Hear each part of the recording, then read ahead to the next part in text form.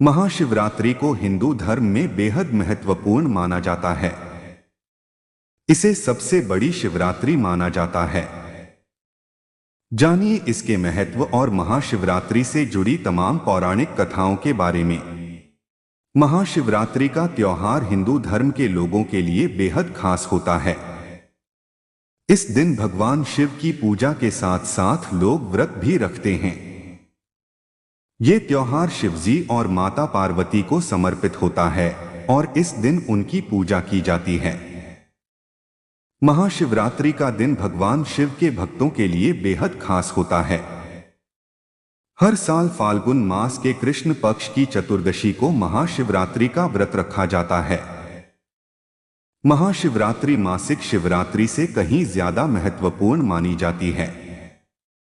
इसे सबसे बड़ी शिवरात्रि भी कहा जाता है। इस त्योहार को पूरे देश में बहुत उत्साह के साथ मनाया जाता है। इस दिन लोग व्रत भी रखते हैं। इस साल महाशिवरात्रि 8 मार्च को पड़ रही है। ऐसे में आइए जानते हैं कि आखिर महाशिवरात्रि क्यों मनाते हैं और इसे मनाने के पीछे क्या पौराणिक कथा है। महाशिवरात्रि का महत्व। धार्मिक मान्यता है कि भगवान शिव और पार्वती विवाह संपन्न हुआ था। यह त्योहार उनकी वैवाहिक वर्षगांठ के रूप में मनाया जाता है। शादीशुदा व्यक्तियों के लिए महाशिवरात्रि बहुत महत्वपूर्ण मानी जाती है। कुछ लोग महाशिवरात्रि को भगवान शिव की शादी की सालगिरह के रूप में मनाते हैं, तो वहीं कुछ लोगों का मानना है कि इस दिन शिव ने अपने सभी शत्रुओं पर विजय प्राप्त की थी। कुछ लोगों का मानना है कि इस दिन भगवान शिव और शक्ति का मिलन हुआ था। वहीं कुछ कथाओं में यह उल्लेख है कि फाल्गुन मास की चतुर्दशी को शिव दिव्य ज्योतिर्लिंग के रूप में प्रकट हुए थे।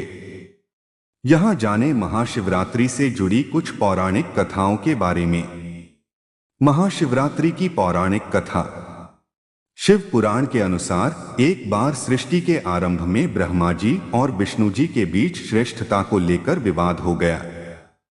इस विवाद के दौरान एक अग्नि स्तंभ प्रकट हुआ और आकाशवाणी हुई कि जो भी इस स्तंभ के आदि और अंत को जान लेगा वही ही श्रेष्ठ कहा जाएगा।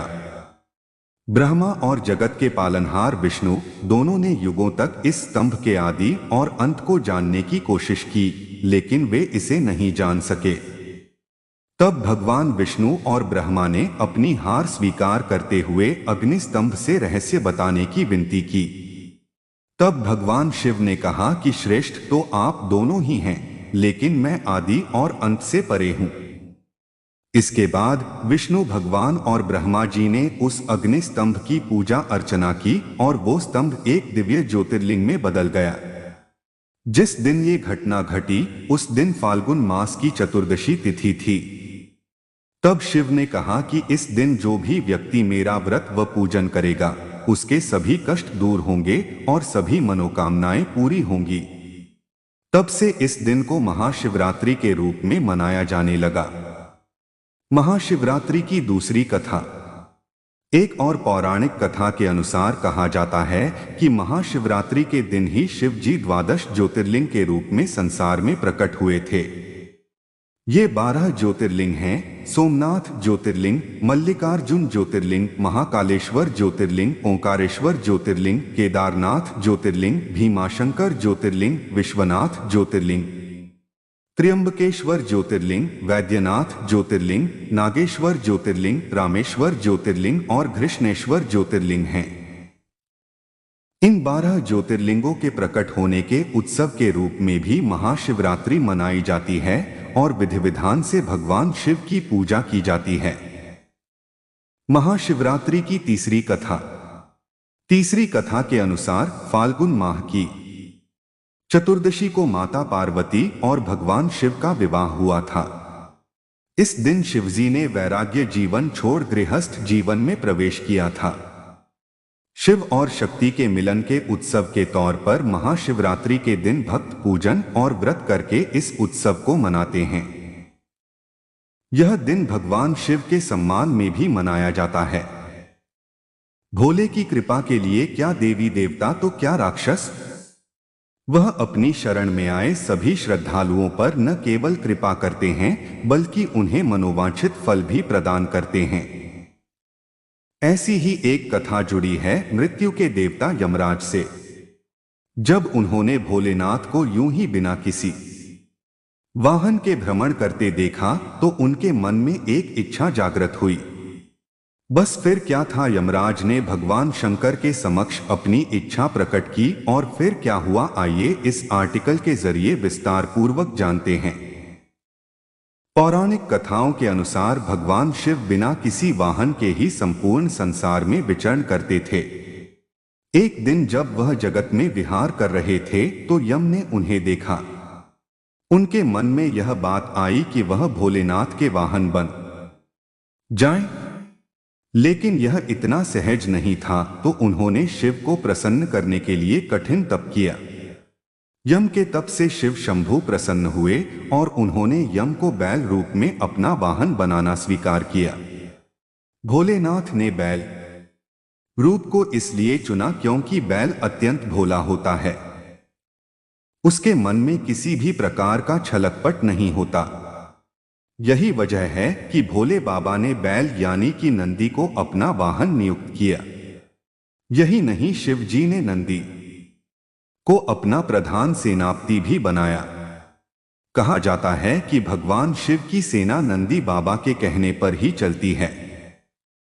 पौराणिक कथाओं के अनुसार पुरातन काल में एक शिलाद नाम के एक ऋषि हुए जो कि पूर्ण रूप से प्रभु की पूजा में लीन रहने लगे थे। ऐसे में परिवार के लोगों को उनके वंश की चिंता हुई।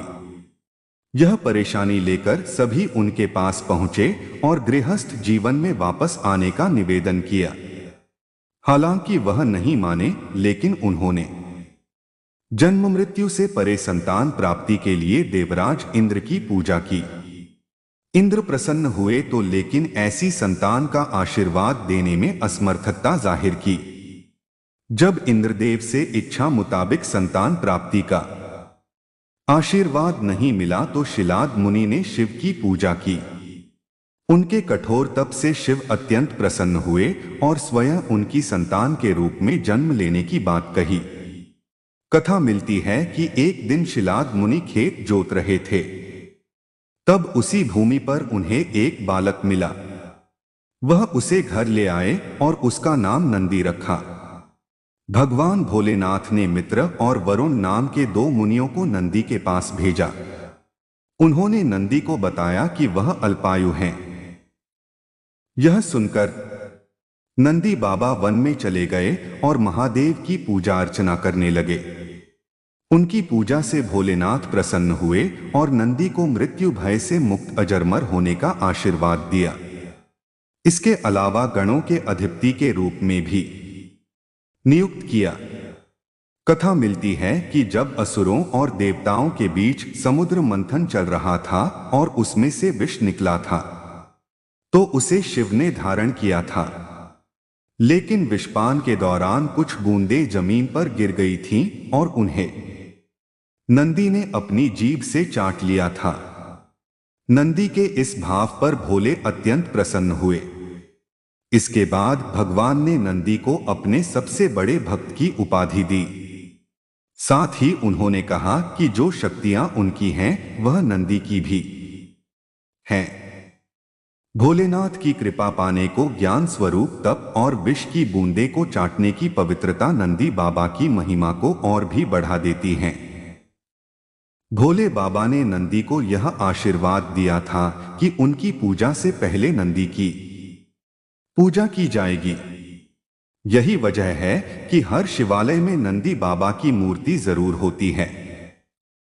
यही नहीं, यह भी मान्यता है कि यदि आपको भोलेनाथ से कुछ मांगना है और आपने नंदी बाबा के कानों में सच्ची श्रद्धा, पवित्रता और अटूट निष्ठा से अपनी बात कह दी तो वह भोलेनाथ तक जरूर अर्जी पहुंचा देते हैं। यही नहीं, शिवजी भी मुराद पूरी कर देते हैं।